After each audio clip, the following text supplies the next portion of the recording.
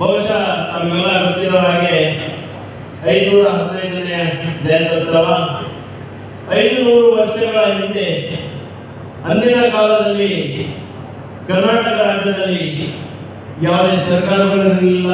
ರಾಜ್ಯಗಳು ರಾಜರು ರಾಜಭಾರ ಮಾಡ್ತಾ ಸಮಯದಲ್ಲಿ ಎಲ್ಲ ಸಮುದಾಯದ ಜನರಿಗೆ, ಎಲ್ಲ ಜಾತಿ ಜನಾಂಗದವರಿಗೆ ಅನುಕೂಲ ಆಗಲಿ ಅಂತ ಹೇಳಿ ನಾಡಪ್ರಭು ಕೆಂಪೇಗೌಡರು ವಿಚಾರ ಮಾಡಿರುವಂತಹ ಕೆಲಸಗಳು ಅವರವರ ಕುಲಕಸಬುಗಳಿಗೆ, ಅವರವರ ಕೆಲಸ ಕಾರ್ಯಗಳಿಗೆ ಏನು ಕಾಯಕ ಮಾಡ್ತಾರೆ ಅದಕ್ಕೆ ಅನುಕೂಲ ಆಗಲಿ ಅಂತ ಬೆಂಗಳೂರು ನಗರದಲ್ಲಿ ಪೇಟೆಗಳನ್ನು ನಿರ್ಮಾಣ ಮಾಡಿದ್ರು, ದೇವಸ್ಥಾನಗಳನ್ನು ನಿರ್ಮಾಣ ಮಾಡಿದ್ರು, ಕೆರೆಕಟ್ಟೆಗಳನ್ನು ನಿರ್ಮಾಣ ಮಾಡಿದ್ರು.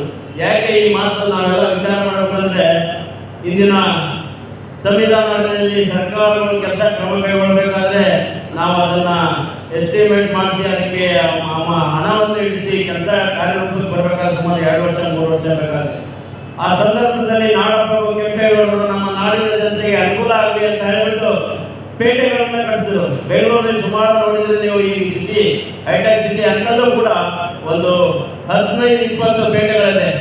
ತರಗಾಸ್ಪೇಟೆ, ಬಂಗಾರಪೇಟೆ, ಬಳೆಪೇಟೆ, ಆಮೇಲೆ ಬಿನ್ನಿಪೇಟೆ, ಘಾಟರ್ಪೇಟೆ, ಬರೀ ಪೇಟೆಗಳು. ಅಂದ್ರೆ ಯಾವ್ಯಾವ ಸಮಾಜ ಜನರು ಕೆಲಸ ಮಾಡ್ತಾರೆ, ಅವರು ವ್ಯಾಪಾರ ಮಾಡ್ತಾರೆ, ಅವ್ರಿಗೆ ಅನುಕೂಲ ಆಗಿ ಒಂದೇ ಕಡೆ ಅವರು ಸೇರಿದ್ರೆ ಬಂದಿರ್ತಕ್ಕಂಥ ಜನಗಳಿಗೆ ಮಾರುಕಟ್ಟೆಗೆ ಅನುಕೂಲ ಆಗುತ್ತಂತ ಪೇಟೆಗಳನ್ನು ನಿರ್ಮಾಣ ಮಾಡಿದವರು ಯಾರಾದರೂ ಇದ್ದಿದ್ರೆ ಇತಿಹಾಸದಲ್ಲಿ ಅದು ನಾಡಪ್ರಭು ಕೆಂಪೇಗೌಡರು.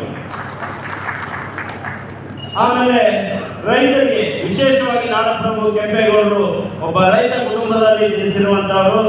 ವಿಜಯನಗರ ಸಾಮ್ರಾಜ್ಯದಲ್ಲಿ ಏನು ಅವರ ತಂದೆಯವರು ಕೆಲಸ ಮಾಡ್ತಕ್ಕಂಥ ಸಂದರ್ಭದಲ್ಲಿ ಅವರು ಆಗದೆ ಇವರು ಜವಾಬ್ದಾರಿ ವಹಿಸಿಕೊಂಡು ಕೆಲಸ ಮಾಡುವಾಗ ಅನೇಕ ರೈತರ ಕಷ್ಟ ಕಾರ್ಪಣ್ಯಗಳನ್ನು ನೋಡ್ದೇನೆ ರೈತರಿಗೆ ಉಪಯೋಗ ಅಂತ ಏನಾದರೂ ಕೆಲಸ ಮಾಡಬೇಕಲ್ಲ, ಎಲ್ಲಿ ಯಾವ ಹಳ್ಳಿನಲ್ಲಿ ಜಮೀನು ಸಿಗುತ್ತೆ, ತಗ್ಗು ಪ್ರದೇಶ ಇದೆ, ಅಲ್ಲಿ ನೀರು ನಿಲ್ಲೋ ಥರ ಮಾಡಿ ರೈತರಿಗೆ ಕೆರೆಕಟ್ಟೆಗಳನ್ನು ಕಟ್ಟಿಸಿದ್ರೆ ಜಾನುವಾರುಗಳಿಗೆ ಎಲ್ಲರಿಗೂ ಅನುಕೂಲ ಆಗ್ತದೆ. ಅನೇಕ ಸಾವಿರಾರು ಕೆರೆಕಟ್ಟೆಗಳನ್ನು ಕಟ್ಟಿದ್ರು.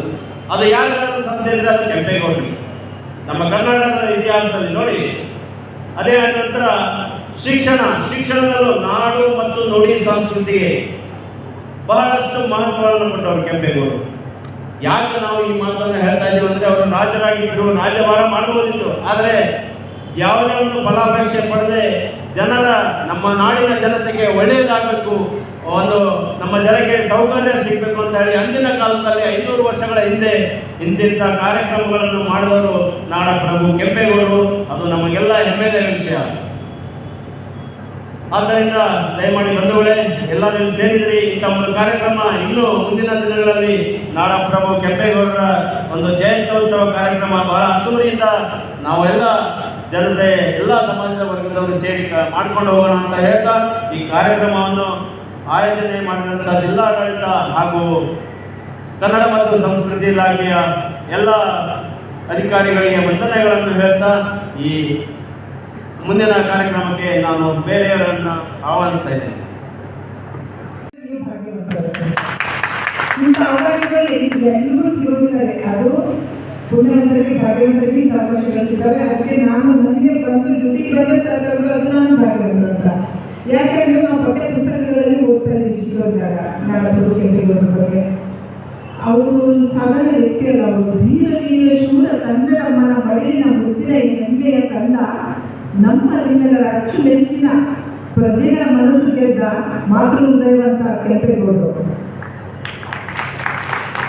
ಈಗ ನಾವು ಮಕ್ಕಳಿಗೆ ಏನಾಗ್ತದೆ, ಸಿನಿಮಾ ಹೀರೋಗಳು ಯಾರು ಅಂತ ಹೇಳಿದ್ರೆ ಟಕ ಹೆಸರು ಹೇಳ್ತಾರೆ, ಅವರಾಗಿ ಡೈಲಾಗ್ ಹೇಳ್ತಾರೆ, ಅವರಾಗಿ ಕಾಸ್ಟ್ಯೂಮ್ಸ್ ಹಾಕೋತಾರೆ, ಅವರಾಗೆ ಫ್ಯಾಷನ್ ಮಾಡ್ತಾರೆ.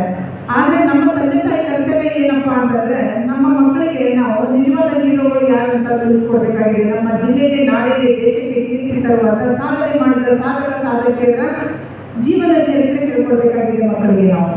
ಸರ್ ಅವರು ನಿಸಾರ್ ಸರ್, ತಹಸೀಲ್ದಾರ್ ಸರ್ ಬಹಳ ಚೆನ್ನಾಗಿದ್ರು. ಶಾಲಾ ಕಾಲೇಜುಗಳಲ್ಲೂ ಕೂಡ ಈ ಜಯಂತಿ ಆಚರಣೆಗೆ ತರಲಾಗಿದೆ. ಇದು ಇಂಥದ್ದು ನಮಗೆ ಬೇಕಾಗಿದೆ. ಇದು ನಮ್ಮ ಸಂಸ್ಕೃತಿ. ನಮ್ಮ ಸಂಸ್ಕೃತಿನ ನಾವು ಫಾಲೋ ಮಾಡಲಿಕ್ಕೆ ನಮ್ಮ ಮಕ್ಕಳಿಗೆ ಕಲಿಸ್ಕೊಡ್ಬೇಕಾಗಿದೆ. ನಾನೆಲ್ಲ ಸಹೋದರರಿಗೆ ವಿನಂತಿ ಮಾಡ್ತೇನೆ, ದಯವಿಟ್ಟು ಮಕ್ಕಳಿಗೆ ನಮ್ಮ ದೇಶಕ್ಕೆ, ನಾಡಿಗೆ, ಜಿಲ್ಲೆಗೆ ಕೀರ್ತಿ ತಂದಂತ, ನಮ್ಮ ದೇಶಕ್ಕೆ ಒಳ್ಳೆ ಒಂದು ಸ್ವಾತಂತ್ರ್ಯ ತರುವ ಸಲುವಾಗಿ ಒಳ್ಳೆ ಹೆಸರು ಮಾಡಿದಂಥವ್ರೆ ಅವರ ಜೀವನ ಚರಿತ್ರೆ ಒಂದು ತಿಳಿಸಿದರೆ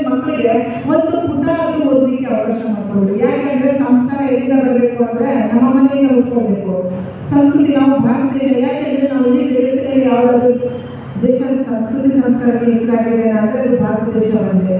ನಮ್ಮ ಮಕ್ಕಳಿಗೆ ನಮ್ಮ ದೇಶದ ಸಂಸ್ಕೃತಿ ಕಲಿಸ್ಕೊಡ್ಬೇಕಾಗಿದೆ, ಮನೆಯಿಂದ ಸಂಸ್ಕಾರ ಬರಬೇಕಾಗಿದೆ, ಸ್ಕೂಲ್ಗಳಲ್ಲಿ ಸಂಸ್ಕಾರ ಟೀಚರ್ಸ್ಗಳು ಪಾಠ ಮಾಡ್ತಾರೆ. ನಮ್ಮ ತಂದೆ ತಾಯಿಗಳು ತಪ್ಪಿದೆ, ಮಗ ಬರೀ ಆನ್ಸರ್ ಸಿಕ್ಕಲ್ಲಿ ಬರೀ ನಮ್ಗೆ ಬೇಕಾಗಿದೆ ನನ್ನ ಮಗ ನಂಬರ್ ತಂದ್ರೆ ಸಾಕು, ನನ್ನ ಮಗ ಒಳ್ಳೆ ಆಫೀಸರ್ ಆದರೆ ಸಾಕು ಅಂತ, ಅದರ ಜೊತೆಗೆ ಸಂಸ್ಕಾರ ಬೇಕು. ಈಗ ಇಲ್ಲೆಲ್ಲ ಎಷ್ಟು ಚೆನ್ನಾಗಿ ನೋಡಿ, ಎಲ್ಲರೂ ಸಂಸ್ಕಾರ, ನೀವು ಕೂಡ ಸಂಸ್ಕಾರವಂತರು, ಎಲ್ಲರೂ ಇಲ್ಲಿ ಕೂಡಿದರೆ ನಾವು ಎಷ್ಟು ಖುಷಿ ಆಗ್ತದೆ. ಇಂಥ ಸಂಸ್ಕಾರ ಬೇಕಾಗಿದೆ ನಮಗೆಲ್ಲ. ಅದಕ್ಕೆ ಮಕ್ಕಳಿಗೆ ವಿದ್ಯೆ ಜೊತೆಗೆ ಸಂಸ್ಕಾರಗಳು ನಮ್ಮ ಭಾರತ ದೇಶದ ಸಂಸ್ಕೃತಿ ಕಲಿಸಲಿಕ್ಕೆ ಪ್ರಯತ್ನ ಪಡ್ರಿ. ಯಾಕೆ ಅಂತಂದ್ರೆ ಮಕ್ಕಳಿಗೆ ನಿಜವಾದ ಹೀರೋಗಳು ಯಾರು ಅಂತ ತಿಳಿಸ್ಕೊಡ್ಲಿಕ್ಕೆ ಪ್ರಯತ್ನ ಪಡ್ರಿ. ನಮ್ಮ ದೇಶದ ಸ್ವಾತಂತ್ರ್ಯ ತರುವ ಸಲುವಾಗಿ 6 ಲಕ್ಷ ಜವಾನರಾದ ಭಗತ್ ಸಿಂಗ್, ರಾಜಗುರು, ಸುಖದೇವ್, ಲಾಲಾ ಲಜಪತ್ ರಾಯ್, ರಾಮ್ ಪ್ರಸಾದ್ ಸಿಂಗ್, ಚಂದ್ರಶೇಖರ್ ಆಜಾದ್, ಮಂಗಲ್ ಪಾಂಡೆ, ಕಿತ್ತೂರಾಣಿ ಚೆನ್ನಮ್ಮ, ಝಾನ್ಸಿ ರಾಣಿ, ಅಬ್ಬಕ್ಕ, ಆಲಿಯಾರ್, ಸುಮಾರು ಜನ ನಮ್ಮ ದೇಶಕ್ಕೆ ಸ್ವಾತಂತ್ರ್ಯ ತರುವ ಸಲುವಾಗಿ ತಮ್ಮ ಪ್ರಾಣ ಕೊಟ್ಟಲ್ಲ. ಅವರು ಮಕ್ಕಳಿಗೆ ನಾವು ನಿಜವಾದ ಮಕ್ಕಳಿಗೆ ತಿಳಿಸ್ಕೊಡ್ತಾರೆ. ಅವರ ಜೀವನ ಚರಿತ್ರೆ ಓದಲಿಕ್ಕೆ ಅಂತ ಮಕ್ಕಳಿಗೆ ಬರ್ತಲ್ಲ. ನಮ್ಮ ದೇಶದ ತ್ರಿವರ್ಣ ಧ್ವಜ ಹಾಕ್ತಾ ಇದೆ, ಆ ತ್ರಿವರ್ಣ ಧ್ವಜ ಗಾಳಿಯಿಂದ ಹಾಕ್ತಾ ಇದೆ ಅಂತ ನೀವು ನಾವು ತಿಳ್ಕೊಂಡಿದ್ದೇವೆ. ಗಾಳಿಯಿಂದ ಚೆನ್ನಾಗಿ ಹಾಕ್ತಾ ಇದೆ ಅಂತ ನೋಡ್ತಾ ಇದ್ದೇವೆ. ಆ ತ್ರಿವರ್ಣ ಧ್ವಜ ಗಾಳಿಯಿಂದ ಹಾಕ್ತಾ ಇಲ್ಲ. ನಮ್ಮ ವೀರ ಸೈನಿಕರು ತಮ್ಮ ತಂದೆ ತಾಯಿ ಬೆಳೆದು ಬಳಗ ಎಲ್ಲ ಬಿಟ್ಟು ನಮ್ಮ ದೇಶದ ಗಡಿ ಕಾಯ್ತಾ ಇರಲ್ಲ. ಆ ವೀರ ಸೈನಿಕರ ಉಳಿಸಿದಾಗ ನಮ್ಮ ತ್ರಿವರ್ಣ ಧ್ವಜ ಹಾಕ್ತಾ ಇದ್ದಾರೆ. ಅವರ ಮಕ್ಕಳಿಗೆ ನಾವು ನಿಜವಾದ ಮಾಡಿದ್ದಾರೆ. ನಮ್ಮ ಜಿಲ್ಲೆಗೆ, ನಾಡಿಗೆ, ದೇಶಕ್ಕೆ ಕೀರ್ತಿ ತಂದಂತಹ ಸಾಧನೆ ಮಾಡಿದ ಸಾಧಕರಲ್ಲ, ಅವ್ರ ಮಕ್ಕಳಿಗೆ ನಾವು ನಿಜವಾದ ಗುರುಗಳನ್ನು ತಿಳಿಸ್ಕೊಡ್ಬೇಕಾಗಿದೆ. ನಮ್ಮ ರೈತರು ರಾತ್ರಿ ಮಳೆ, ಗಾಳಿ, ಚಳಿ, ಬಿಸಿಲು ಅನ್ನದೇ ದುಡಿದು ನಮಗೆ ದವಸ ಧಾನ್ಯ, ನಾನು 20,000 ರೂಪಾಯಿ ಪಗಾರ ತರ್ತೇನೆ, 80,000 ರೂಪಾಯಿ ಪಗಾರ ನೋಟು ತಿನ್ನಕ್ಕಾಗಲ್ಲ, ಕೈ ತಿನ್ನಕ್ಕಾಗಲ್ಲ. ಆ ದವಸ ಧಾನ್ಯ ಯಾರು ಬೇಡ್ಕೊಳ್ತಾರಲ್ಲ ಆ ರೈತರ ಮಕ್ಕಳಿಗೆ ನಾವು ನಿಜವಾದ ಹೇಳಿದ್ದಾರೆ. ನಮ್ಮ ಟೀಚರ್ಸ್ಗಳು ತನ್ನ ಮಕ್ಕಳಿಗೆ ಎಷ್ಟು 50% ಗಮನ ಕೊಡ್ತಾರೆ, ತಮ್ಮ ಸ್ಟೂಡೆಂಟ್ಗಳಿಗೂ ಅಷ್ಟೇ ಗಮನ ಕೊಡ್ತಾರೆ. ಮಕ್ಕಳು ಕೂಡ ಒಳ್ಳೆ ಸಾಧನೆ ಮಾಡಬೇಕು ಅಂತ ಅವ್ರ ಮನಸ್ಸಲ್ಲಿ ಇರ್ತದೆ. ನನ್ನ ಮಗಳು ಒಳ್ಳೆ ಹೆಸರು ಮಾಡಬೇಕು, ಮಗಳು ಒಳ್ಳೆ ಹೆಸರು ಮಾಡಬೇಕು ಅಂತ ಅಷ್ಟೇ ಸ್ಟೂಡೆಂಟ್ಗಳಿಗೂ ಅಷ್ಟೇ ಮನಸ್ಸು ಕೊಡ್ತಾರೆ. ನನ್ನ ಸ್ಟೂಡೆಂಟ್ ಒಳ್ಳೆ ಸಾಧನೆ ಮಾಡಿದ್ರೆ, ನನ್ನ ಸ್ಟೂಡೆಂಟ್ ಒಳ್ಳೆ ಹೆಸರು ತಂದ್ರೆ, ಅವ್ನು ಒಳ್ಳೆ ರ್ಯಾಂಕ್ ಬಂದ್ರೆ ನನ್ನ ಸ್ಕೂಲಿಗೆ, ನನ್ನ ಕ್ಲಾಸ್ಗೆ, ನನಗೆ ಒಳ್ಳೆ ಕೀರ್ತಿ ಬರ್ತದೆ ಅಂತ ಅಲ್ಲಿ ಕೂಡ ಅವ್ರ ಟೀಚರ್ಸ್ಗಳು ಶ್ರಮ ಪಡ್ತಾರಲ್ಲ, ಅವ್ರ ಮಕ್ಕಳಿಗೆ ನಾವು ನಿಜವಾದ ಗುರುಗಳನ್ನ ಕಲಿಬೇಕು. ನೋಡಿ, ನಮ್ಮ ತಂದೆ ತಾಯಿಗಳು ನಾವು ಇಷ್ಟು ಅಭಿವೃದ್ಧಿ ಆಗಲಿಕ್ಕೆ, ನಾವು ಎಜುಕೇಷನ್ ಮಾಡಲಿಕ್ಕೆ, ನಾವು ಸಾಧನೆ ಮಾಡಲಿಕ್ಕೆ, ನಾವು ಸಾಧಕ ಸ್ಥಾನದಲ್ಲಿ ಸೇರಲಿಕ್ಕೆ ನಮ್ಮ ತಂದೆ ತಾಯಿಗಳು ನಮಗೆ ಗೊತ್ತಿದೆ ಎಷ್ಟೋ ಕಷ್ಟ ದುಃಖ ನೋವು ಅನುಭವಿಸಿ ಯಾವ್ದೋ ಸಾಲ ಮಾಡಿ ಯಾವ್ದೋ ಮನೆ ಗಿರಿ ಇಟ್ಟು ನಮ್ಮನ್ನ ಈ ಮಟ್ಟಕ್ಕೆ ಬೆಳೆಸಿ ನಮ್ಮನ್ನ ಒಳ್ಳೆ ಒಂದು ಮನುಷ್ಯರನ್ನಾಗಿ ಮಾನವೀಯ ಮೌಲ್ಯಗಳನ್ನು ತುಂಬ್ತಾ ಇದ್ದಾರಲ್ಲ ನಮ್ಮ ತಂದೆ ತಾಯಿಗಳು. ತಾವು ಉಪವಾಸಿದ್ದು, ತಾವು ಹಳೆ ಬಟ್ಟೆಗಳನ್ನು ಹಾಕೊಂಡು ಜೀವನ ಮಾಡಿ ನಮಗೆ ಹೊಸ ಬಟ್ಟೆ ಕೊಡಿಸಿ, ಯೂನಿಫಾರ್ಮ್ ಕೊಡಿಸಿ, ಬ್ಯಾಗ್ ಕೊಡಿಸಿ, ಸ್ಕೂಲಿಗೆ ಹೋಗುವಾಗ ಬಿಸಿ ತುತ್ತು ಕೊಟ್ಟು ಟಾಟ ಮಾಡಿ ತಂದೆ ತಾಯಿಗಳು ನಮ್ಮ ಸ್ಕೂಲಿಗೆ ಕಳಿಸ್ತಾರಲ್ಲ, ಅವರಂತ ಸೂಪರ್ ಹೀರೋ ಯಾರಿಲ್ಲ ಜಗತ್ತಿನಲ್ಲಿ ತಿಳಿಸ್ಕೊಡ್ತಾರೆ. ನಾವು ಮಕ್ಕಳಿಗೆ ನಾವು ಸಂಸ್ಕೃತಿ ಕಲಿಸಬೇಕಾಗಿದೆ, ಸಂಸ್ಕಾರ ಕಲಿಸಬೇಕಾಗಿದೆ. ಮಕ್ಕಳಿಗೆ ದಯವಿಟ್ಟು, ಯಾಕೆ ಅಂತಂದ್ರೆ ಹೀರೋಗಳು ಯಾರು ನಮಗೆ 3 ವರ್ಷದ ಸ್ಪರ್ಧೆ ಮೇಲೆ ಬರುವಂತ ಹೀರೋಗಳ ಬಗ್ಗೆ ನಾವು ಮಕ್ಕಳಿಗೆ ತಿಳಿಸ್ಕೊಡ್ತಾರೆ. ಅದೇ ಡೈಲಾಗ್, ಅದೇ ಕಾಸ್ಟ್ಯೂಮ್, ಅದೇ ಎಲ್ಲ ಹೇಳ್ತಾರೆ. ಬಟ್ ಈ ನಾಡು ಕೆಂಪೇಗೌಡರು ನಿಜವಾದ ರಿಯಲ್ ಹೀರೋಗಳು. ಇಂಥ ಹೀರೋಗಳ ಬಗ್ಗೆ ಅವರ ಜೀವನ ಚರಿತ್ರೆಗೆ ಒಂದೊಂದು ಪುಟ ಕೈಗೆ ಪ್ರಯತ್ನ ಪಟ್ಟಿದ್ದಾರೆ. ನಾಳಿಂದ ಸ್ಟಾರ್ಟ್ ಮಾಡಿ. ನಾನು ಎಷ್ಟೋ ಶಾಲಾ ಕಾಲೇಜ್ ಹೋದಾಗ ಟೀಚರ್ಸ್ಗಳಿದ್ದೇನೆ, ಲೆಕ್ಚರ್ಸ್ಗಳು ಪ್ರಾರ್ಥನೆ ಆದ ತಕ್ಷಣ ಡೈಲಿ ಒಬ್ಬ ಸಾಧಕನ ಬಗ್ಗೆ ಒಂದೇ ಒಂದು ಪುಟ ಒಂದು ಸ್ಟೂಡೆಂಟ್ ಹೇಳಿಸಬೇಕು. ನಾಳೆ ಬೆಳಗ್ಗೆ ಇವತ್ತು ಕ್ಲಾಸ್ ಮುಗಿಯುವಾಗ ಒಬ್ಬರಿಗೆ ನೀವು ಇಂಥ ಟಾಪಿಕ್ ಕೊಟ್ಬಿಡಿ ಸರ್, ಇಂಥ ಸಾಧನೆ ಮಾಡಿದ ಸಾಧಕರ ಬಗ್ಗೆ, ಸ್ವಾತಂತ್ರ್ಯ ಹೋರಾಟಗಾರರಾಗಲಿ, ಸೈನಿಕರಾಗಲಿ, ಸಾಧನೆ ಮಾಡಿದ ಸಾಧಕರಾಗಲಿ ಅಂತ ಒಂದು ಟಾಪಿಕ್ ಕೊಡಿ ಸರ್. ಬೆಳಗ್ಗೆ ಅವರು ಅದನ್ನ ಪ್ರೇಯರ್ ಆಗಿದ ತಕ್ಷಣ ಅವರು ಅದನ್ನ ಹೇಳೋ ಹಾಗೆ ಮಾಡಿ ಸರ್ ಅಂತ ಹೇಳಿದೆ.